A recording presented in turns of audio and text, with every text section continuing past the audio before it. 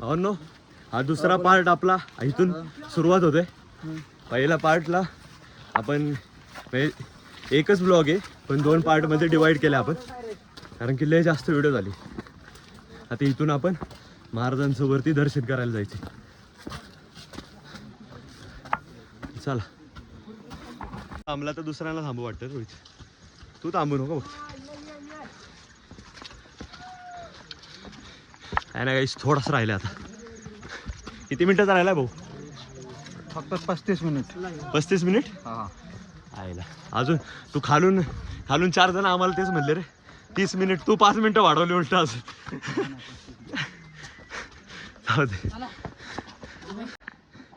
Ishan sir रेडा दाखवू दे झोपल्याला. अरे असा रेडा बघा झोपलाय. खर चोट फिटनेस नाही काय नाही. जिम करते हो.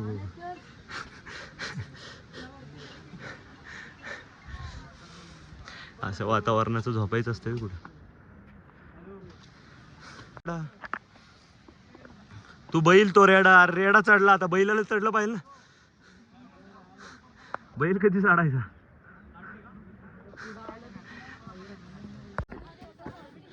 आमच्यातली थकवाट पोरं अजून बी माग आहे. हा जेवण आहे वरती. मग कितीला? हा 100 रुपये प्लेट का? चालते की. कुठं? आता भारतीय समाधी आहे ना आपली. हा आपलं घर तिथं होय. घरी बसायचं. समाधीच्या बॅक साईडला का? काय पिठलं भाकरी ना? बरं चल ठीक आहे. थम्स अप दाखव. हा सबस्क्राईब पण सांगा. बोला ना. सबस्क्राईब करायला हवं. सबस्क्राईब करा. हा 100 रुपये प्लेट आहे गाईस. यायचा आले तर तिथं नक्की खावा. बरोबर. हा बघतो ना आम्ही वर गेल्यावर. हा नाही आम्ही थोडं खाली खाल्लो होतं. आता बघू वर भूक लागली तर नक्कीच काय तुमच्या. हा ते बघू ना आपण. अनिल भाऊला काहीतरी पाहिजे. अनिल भाऊ काय पाहिजे? अनिल भाऊ तुम्हाला? विश्रांती संपला. हा ए नंबर घे रे यांचा. घे रे यांचा नंबर. हा पिठलं भाकरी तर खायची.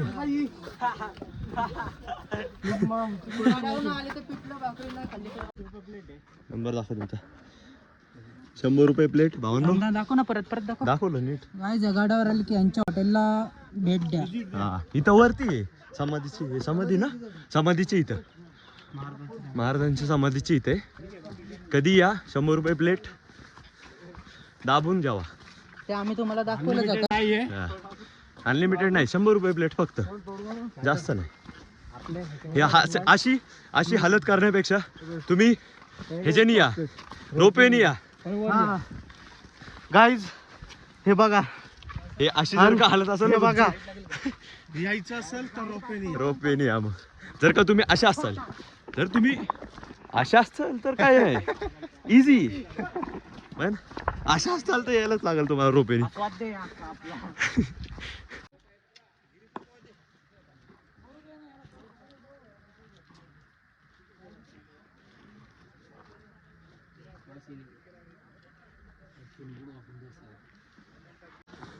चल ना पाय पडायला जाऊ. लोक बघा गर्दी खूप आहे काही तिथं. बट वाईब पण लय भारी. अरे आप्पा कसं आहे? धोंडे पाटील कसं आहे? भारी का नाही?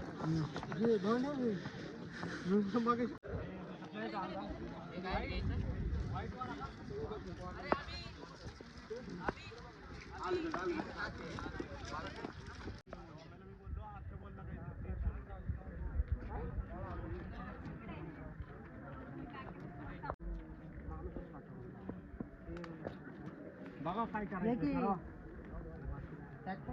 या किल्ल्याचे फोटो संचे 18 पॉईंटचे फोटो माहिती नाही.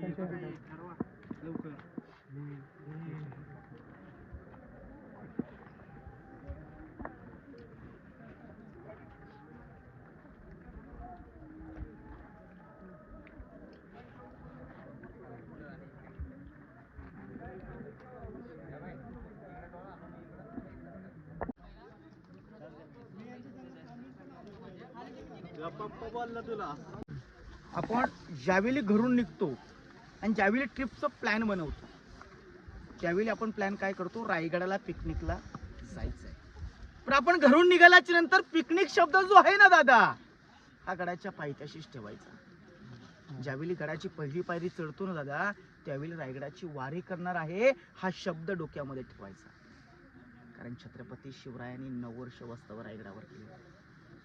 रायगडाची वारी का करावी जीवनामध्ये एकदा तरी? पंढरपुराची वारी करतो दादा आपण, 12 ज्योतिर्लिंग करतो, मग रायगडाची वारी वर्षात एकदा का नाही करत?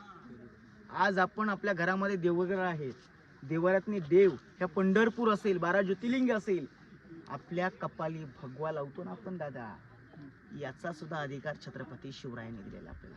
मग रायगडाची वारी का करावी? तर कारण छत्रपती शिवरायांची समाधी रायगडाच्या माथ्यावरती आहे आणि छत्रपती शिवरायांच्या समाधीला नतमस्तक होणं आपलं संपूर्ण शिवभक्तांचं काम आहे आणि खरोखर ते आज आपण करत आहोत. आपण गडावर आलो. प्रथमतः रायगडाची मूळ नावाने प्रथमतः ओळख करून घ्यायची.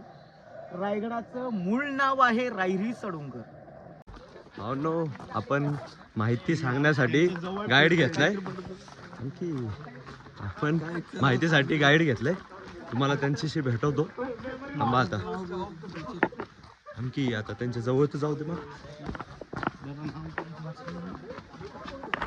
शिवरायांचा शिवराज्याभिषेक रायगडावर 6 जून 1674 ला झाला, वार शनिवार पहाटे 5:30 वाजता.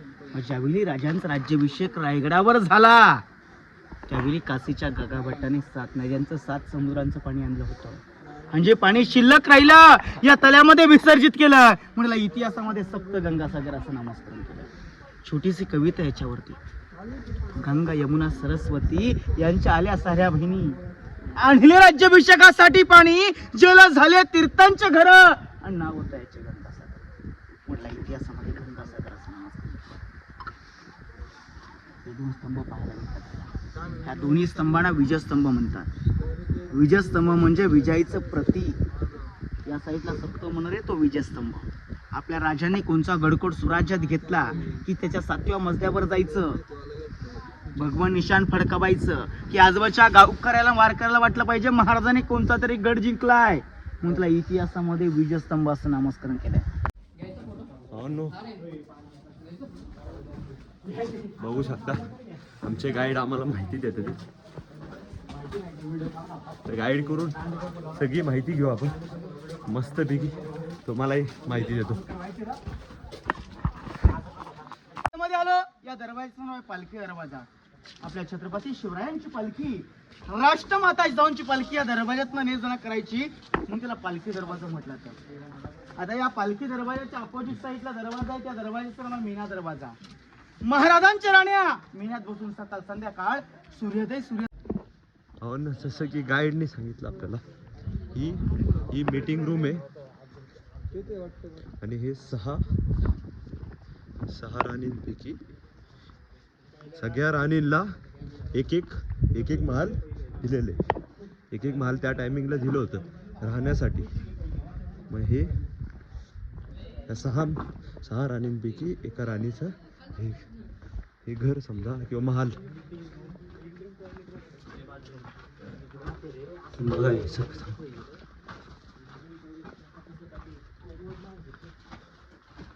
आणि हे काय इंडियन टॉयलेट का? हे टॉयलेट त्यांनी सांगितल्या प्रकारे भावनं हे टॉयलेट.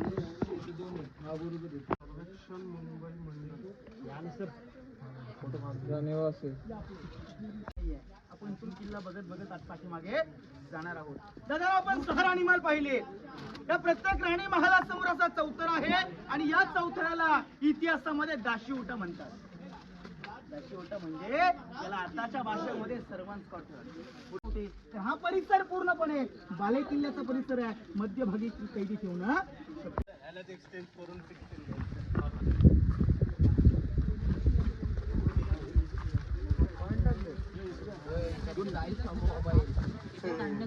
गंडलन ताड नाड अरे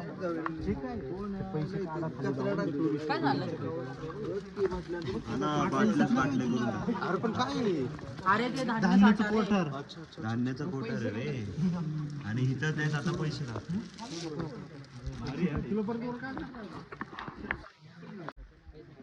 भारी आहे अच्छा येते राज्य वातावरण मीटिंग म्हणजे ना ऑफिस होते कसले कार्य हे काय होतं मीटिंग जय शिवाजी. साधारण आपण रायगडाच्या अति महत्वाच्या स्थानी तर आहोत, पण एक ठिकाण जो आपण रायगडावर पाहतोय ते जे ऐदाकृती बांधकाम आहे त्या बांधकामाला इतिहासामध्ये राजांचं स्नानगृह वाटपासून नामस्करण केलं जातं. साधारण आज पावसाळी आपण रायगडावरची वारी करण्यासाठी रायगडाच्या माथ्यावर आलेलो आहोत, पण अनेक ठिकाणी पाहिलं असेल तुम्हाला पाणी साचलेलं पाहायला भेटत असेल, पण एवढा मोठा जर ऐदाकृती खड्डा आहे या खड्ड्यामध्ये पाणी का नाही साचलेलं हे आपल्याला काय या ठिकाणी पाणी पाहायला भेटत नाही. तर 350 वर्षापूर्वी जी याला अंडरग्राऊंड ड्रेनेज सिस्टम बनवलेली आहे ती आजही चालू आहे दादा. म्हणून तुम्हाला याच्यामध्ये एक थेंब सुद्धा पाणी साचलेलं पाहायला भेटत नाही. आता अंडरग्राऊंड ड्रेनेज सिस्टम आपल्याला वाटते अमेरिकेमध्ये चालू आहे आणि प्रोसिजर चालू आहे दादा अमेरिकेला अंडरग्राऊंड ड्रेनेज सिस्टम. पण सांगायचं म्हटलं तर हे जे सर्व गोष्टी आहेत हे रायगडाच्या माथ्यावर पहिल्या झालेल्या आहेत. तुम्हाला इंडियन टॉयलेट सिस्टम सुद्धा मी रायगडाच्या माथ्यावरच दाखवलं. अंडरग्राऊंड ड्रेनेज सिस्टम ही 350 वर्षापूर्वी आपल्या महाराजांनी आणि महाराजांचे आर्किटेक्चर इंजिनियर होते हिरोजी इंदुलकरांनी या रायगडाच्या माथ्यावर बनवलेली. जय जय भवानी जय शिवाजी. शिवरायांच्या पायीकडे पसरले रायगडावरी हीच आम्हा माणिक मोती दुसरी धन दौलत नाही. दादा मी तुम्हाला पहिलंच सांगितलं जीवनामध्ये एकदा तरी रायगडाची वारी करा आणि या रायगडाची वारी करत असताना एकदा तरी या चौथऱ्याची माती कपाळी लावून निघून जा, कारण या रायगडाच्या मातीत इतिहास घडविलाय आणि या रायगडाच्या मातीत इतिहास घडलाय. अति महत्वाचं स्थान अतिशय पवित्र स्थानी आज आपण रायगडाच्या उपस्थित आहोत. अख्खा महाराष्ट्र पोरका झाला, अख्खा भारत देश पोरका झाला. 3 एप्रिल 1686 ला वार शनिवार हनुमंत जयंती दुपारी 12 वाजता आपल्या राजांचं निधन याच चौथऱ्यावर झालं.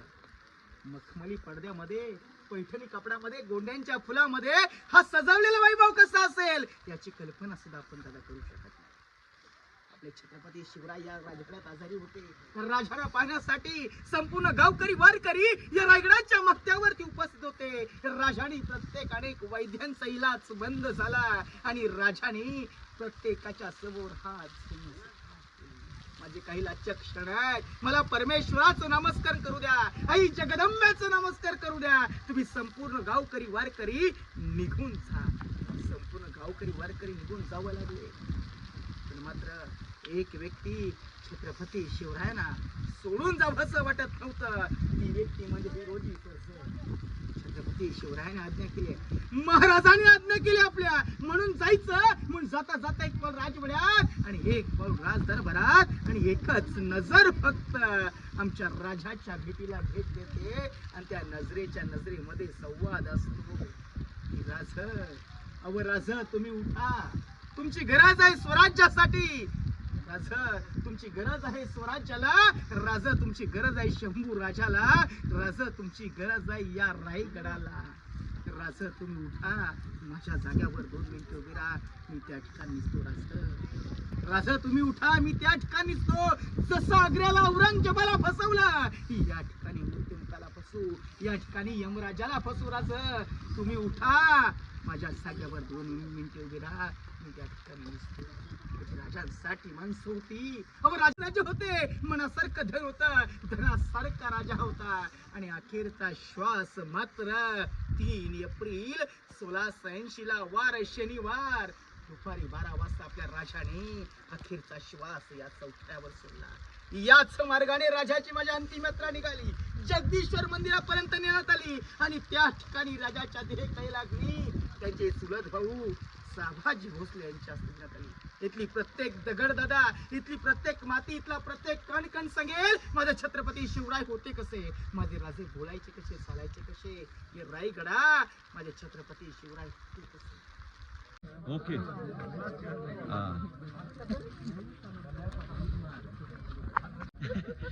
भावांनो आता जगदीश्वराच्या मंदिराला चाललोय आम्ही. हे गाईड आम्हाला तिकडे घेऊन चाललो. त्या साईडला आता व्ह्यू पॉईंट आहेत खूप, इथून पण व्ह्यू पॉईंट दाखवतो थोडे. मग गाईड घेऊन कसं वाटते, गाईडचं ऐकून कसं वाटतं मग? सगळी माहिती बी कसं खरंच महाराजांच्या ह्याच्यामध्ये जगलो पाहिजे होतो आपण महाराजांच्या काळामध्ये. कसं वाटतंय गाईडचं ऐकून तुला? मस्त वाटते, भारी वाटते. गाईड खूप चांगले आहेत. आपण यांचे वरचे 200 रुपये पण देऊ ह्यांना, कारण की असले गाईड साठी प्रोत्साहन दिलं पाहिजे, कारण की आपला इतिहास हा आपल्या पुढच्या पिढीला पण कळायला पाहिजे. आणि असले गाईडच सांगू शकतील, कारण की आपण तर तेवढं शिकलो नाही. पण असल्यांची भावांनो, हे जगदीश्वर मंदिर आहे आणि इथं आता तुम्हाला आतून मी दाखवतो. मी आमच्या गाईडनी माहिती दिली, त्यांची पण रेकॉर्ड करतो कारण पाऊस थांबला आता. चला जगदीश्वर मंदिरात. जगदीश्वर म्हणजे जगाचा ईश्वर. लांबून जर पाहिलं मंदिराचा आकार थोडा मस्जिदसारखा लागतो, पण आतमध्ये गेल्याच्या नंतर शंकराची पिंड आहे. दरवाजे छोट्या धरून आहे. मुघल लोक अज्ञानदीपाड ते उंच होते, वाकून गेले तर आपल्या देवता नतमस्तक होतील, म्हणून त्याला मस्जिदसारखा आकार आहे. खाली शंकराची पिंड, दरवाजे छोटे आणि अरुंद आहेत दादा, कारण मुघल लोक अज्ञानदीपाड ते उंच होते, वाकून गेले तर आपल्या देवता नतमस्तक होतील, म्हणून त्या दरवाजे तसे ठेवले.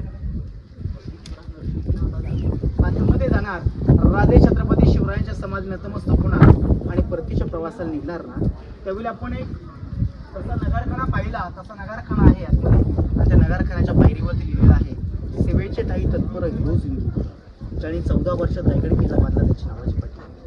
राऊसाहेब, तुम्ही जन्माला आल्या म्हणून आमच्या अंगणामध्ये आहे तुझं, तुमच्या पुढे जन्म घेणार छत्रपती शिवराय जन्माले दिसतंय तुमचे कळस.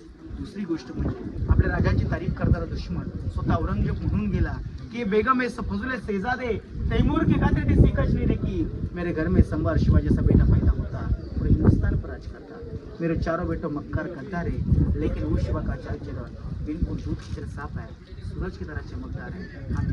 हम यदा इसमें खुश नसीब है, हमें दुश्मन मिला तो भी शेर शिवाजी सा जय महाराष्ट्र दादा लोक. सर्वांना रायगड दर्शन आवडलं हो, माहिती मनासारखी भेटली तुम्हाला. आता फक्त दर्शन घ्यायचं, टकमक जायचं, टकमक बघायचा. भावांनो, मंदिराच्या आत चाललोय आता आपण. आता शंकरांचं दर्शन करू.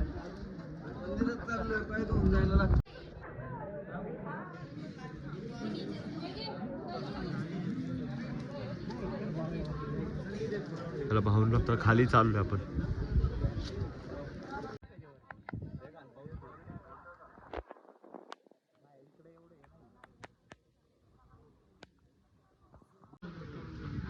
भावांनो, हा महादरवाजा आणि ह्याच्यातून आता आपण एक्झिट घेतोय. चला, पावसामुळे आपला रायगडचं खतरनाक, रायगडचा एक्सपिरियन्स लय खतरनाक होतं त्यावेळेस. ते पावसामुळं लईच खतरनाक झालं. हिवाळ्यात उघड तिथे काय रे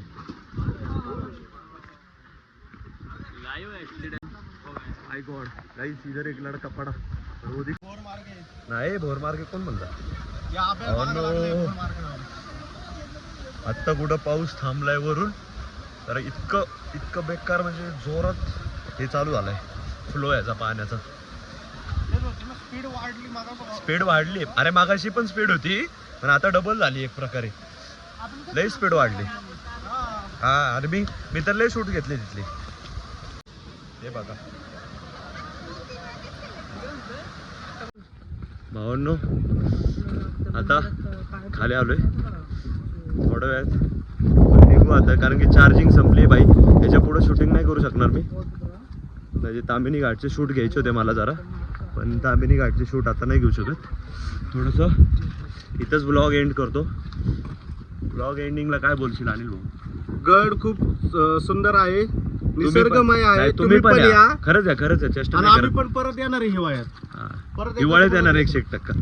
चलो भावांनो, एंड करतो आजच्या ब्लॉगला. आवडलाच असेल तुम्हाला माझा ब्लॉग तर लाईक शेअर सबस्क्राईब करा. भेटूया उद्याच्या ब्लॉगमध्ये. बाय.